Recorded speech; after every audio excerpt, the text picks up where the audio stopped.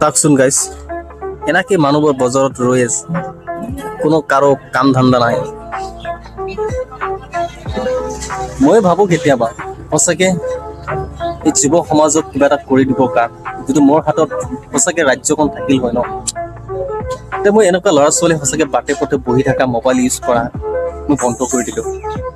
Free fire game খেলি জীৱনটো ধ্বংস কৰি আছে, ভাল এটা কৰ্ম সংস্থাপন পোৱা নাই, ঘৰৰ ওচৰত তেনেকুৱা এটা কোম্পানী নাই, তেনেকুৱা এটা গাৰ্মেণ্টছৰ ফেক্টৰী নাই, বা তেনেকুৱা এটা ভাল যে কিবা এটা কৰি কিনে জীৱনটো নিৰ্বাহ কৰিব, তেনেকুৱা কোনো অপশ্যন নাই। সেই ঘৰত তামোল পাত আৰু জলকীয়া খেতি কৰি দিন পাৰ কৰিবলগীয়া হৈছে মানুহবোৰ, যাৰ কাৰণে আজি আমাৰ অসমৰ এই ভিতৰুৱা অঞ্চলৰ মানুহবোৰ ইমান দুখিত। তেওঁলোকে ভাবিলে কিবা এটা কৰিব নোৱাৰে, যদিও চেষ্টা কৰে বিফল হৈ যায়। চাওকচোন, এটা কাষ্টমাৰ নাই দোকানৰ সন্মুখত, এই দোকানীকেইটা কেনেকৈ চলিব পাৰোঁ, মাজে মাজে চিন্তা হয়। কোনটো অসমত আছোঁ আমি।